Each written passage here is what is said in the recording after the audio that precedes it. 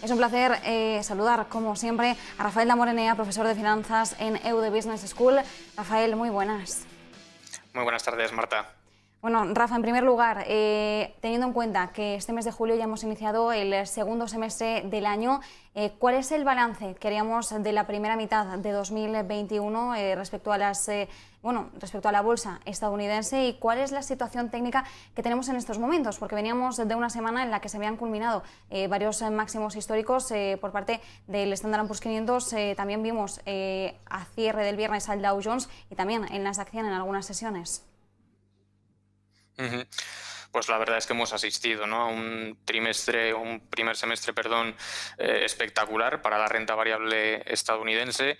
Solo ha sido superada por el índice CRB de materias primas y, bueno, en detrimento de una renta fija, especialmente la soberana, que no lo está haciendo muy bien. Ya comentamos hace tiempo que era mejor evitar los tramos largos de la curva porque eran los que más iban a sufrir en términos de precio, precisamente por ese mayor riesgo de duración. Y respecto a la parte técnica, pues tendencia alcista al libro de texto, nivel a vigilar en el S&P 500 ahora mismo pues sería esa zona más o menos de los 4.056 puntos, y mientras se respete esa cota no podríamos hablar de cambio de tendencia. Y como suelo decir, desde el punto de vista técnico, cualquier cesión ahora mismo pues implicaría una oportunidad de compra, ¿no?, mientras se respeten esos niveles y no veamos un cierre, al menos en gráfico semanal, pues por debajo de esa zona. Cosas que han podido cambiar desde la última vez que hablamos, pues quizás ese top 3 sectorial en términos de momentum. Llevábamos mucho tiempo con la industria financiera o el sector de la energía, impulsado por el petróleo, como los grandes líderes, y hemos visto pues cómo paulatinamente, quizás gracias a la inflación, el sector inmobiliario pues se ha terminado por colar en primera posición. También el sector tecnológico ha vuelto a brillar, quizás incentivado por esa caída del rendimiento del bono estadounidense a 10 años, estaría ahora mismo pues segundo en el podium. Y lo que no cambia desde luego pues es el apetito por el riesgo por parte de los inversores. Vemos como los sectores más defensivos, tipo productos básicos de consumo o tipo utilities, siguen ocupando, ¿no?, esas últimas posiciones en cuanto a inercia alcista. Y luego, en términos de sentimientos, si tomamos esa encuesta que elabora la Asociación Americana de Inversores Minoristas, lo vemos en torno a un 40%. El sentimiento alcista está muy lejos de aquella lectura extrema que alcanzamos en abril, cuando casi el 60% no tenía un sentimiento positivo para la renta variable. Eran niveles de euforia. Tenemos que recordar que la media está en un 38% alcistas, ahora estamos más o menos en esa media, y yo creo que ese optimismo moderado pues viene acompañando esas perspectivas vigentes para el segundo trimestre del año. Tenemos Estados Unidos pues que podría sorprender con la mejor temporada de resultados en la última década, que, como has dicho, pues da comienzo ahora.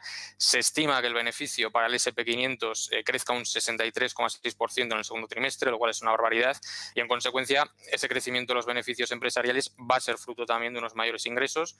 Parece que pueden registrar un crecimiento de casi el 20% en términos interanuales, y bueno, podríamos meter aquí sectores como energía, que hemos hablado de él en términos de momentum, consumo discrecional y también materiales. Así que lo que queda por ver pues es si el mercado consigue mantener el tipo. Tenemos esa incertidumbre con la variante delta del coronavirus, una Reserva Federal que tiene todavía pendiente iniciar la reducción de compras de deuda, y en definitiva pues pienso que la economía estadounidense va por el buen camino, que más pronto que tarde tanto los principales indicadores macro como de beneficios agregados de todas esas empresas que más han sufrido durante esta crisis sanitaria o económica pues van a superar, ¿no?, el nivel prepandémico. Y bueno, ojalá sea una tendencia pues que pueda continuar lo que queda del año y también el siguiente.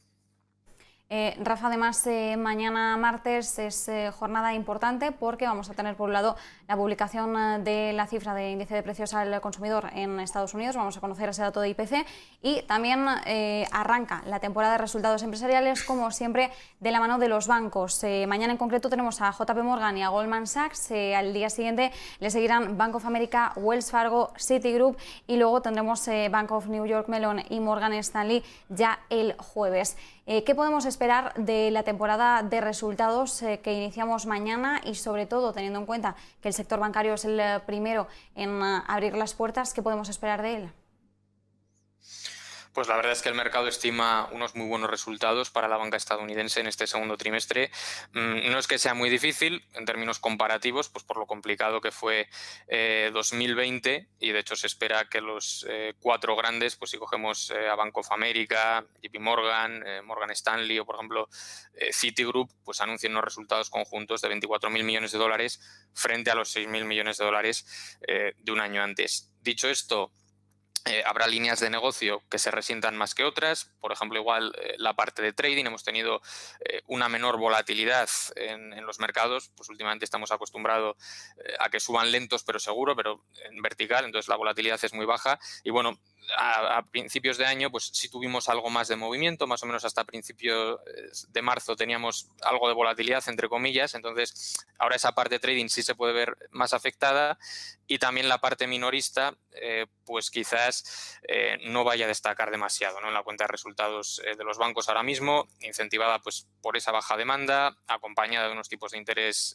por los suelos, y además de todas esas ayudas públicas pues que están recibiendo las familias fruto del plan de rescate de Biden. ¿Qué es lo que está esperando el inversor en bancos? Pues esa expectativa de que la Reserva Federal suba en algún momento, más pronto que tarde, los tipos de interés. Se sigue hablando de 2023, yo soy bastante escéptico al respecto, pero bueno, sí sería más probable, ¿no?, que ya paulatinamente empiecen a reducir las compras de bonos. Ahora mismo es improbable que Powell nos brinde alguna novedad hasta esa reunión con los banqueros centrales en Jackson Hole, que me parece que tiene programada hacia finales de agosto, así que bueno, habrá que esperar. Y desde el punto de vista técnico, para mí, aunque los resultados de esta semana yo creo que van a ser positivos, la verdad es que está bastante débil, ¿no? Si vemos las cotizaciones, pues por ejemplo, de JP Morgan, vemos que lleva tiempo sin ir a ningún lado. Tenemos incluso todavía movimientos más débiles pues en el caso de Citigroup, pero puede ser un momento, este descanso que se están tomando los grandes bancos estadounidenses, pues para que el inversor de largo plazo que quiera incorporar algún banco en cartera de cara a los próximos 2-3 años se pueda aprovechar para incorporarse. Ahora bien, si es desde el punto de vista especulador o trader, yo desde luego buscaría fortaleza en otros valores y sectores. Más allá de la renta variable, Rafa, sí que también tenemos que poner la mirada en lo que ocurre en el lado de la renta fija. En el caso de Estados Unidos hemos estado viendo caídas en el rendimiento del bono a 10 años que incluso ha llegado a alcanzar un nivel del 1,25%. ¿Hasta qué punto el mercado, los inversores están esperando algún tipo de colapso en la economía? ¿Qué es lo que nos está o qué pista nos está dando ahora mismo el dato? ¿Qué impacto puede tener en el mercado? Bueno, la verdad es que me hace gracia porque el mercado se pone nervioso cuando repunta el rendimiento del bono a 10 años, pero también se pone muy nervioso cuando cae. Entonces, no sé qué pensar de los inversores. La verdad es que es un factor a destacar, como has comentado, pues esa caída del rendimiento por debajo del nivel del 1,5%. Lo vimos repuntar durante el primer trimestre hasta el 1,75%, y bueno, puede ser quizás porque esté reflejando, como bien dices, cierto miedo en torno a la variante Delta del coronavirus, pero yo pienso que en Estados Unidos la recuperación va a seguir por el buen camino. Habrá que ver si incluso la economía no se pasa de frenada. Todo esto, pues, si el virus lo permite. Y como he dicho antes, habrá que estar pendientes de cuándo la Reserva Federal empezará a modificar esas compras mensuales de bonos y así empujar los rendimientos de estos al alza, cosa que volvería a dar alas a las entidades financieras. ¿Quién es el gran beneficiado de este movimiento de los bonos, de esa caída del rendimiento de los bonos a 10 años? Pues indiscutiblemente el sector tecnológico, ¿no? Hemos visto cómo en los 2 últimos meses se ha revalorizado más de un 10% en detrimento de un sector financiero que, aunque ha registrado el tercer mayor aumento porcentual de los beneficios estimados desde el inicio del trimestre, pues se deja en torno a un 3%. No obstante, que la industria financiera lo haya hecho peor en los últimos meses como consecuencia de esta caída del rendimiento de los bonos, no significa que todos los sectores que engloba lo hayan hecho mal. Tenemos debilidad en los bancos, como he comentado anteriormente, pero ahora la fortaleza la vemos en otros sectores de la industria financiera, como puede ser esa parte de gestión de activos o las finanzas especializadas, donde tenemos valores con muy buen momentum, como puede ser Moody's, Standard & Poor's, Carlyle Group, Blackstone. Es ahí donde encontramos mucha inercia alcista. Así que, en definitiva, yo creo que puede ser el catalizador futuro para los bancos, ¿no?, especialmente para los más grandes, ese repunte futuro en los rendimientos gracias a un nuevo periodo de normalización y esa paulatina liberación de las reservas. Pues nos quedamos con esas referencias. Muchísimas gracias, como siempre, Rafael Damborenea, profesor de finanzas en EUD Business School. Un fuerte abrazo.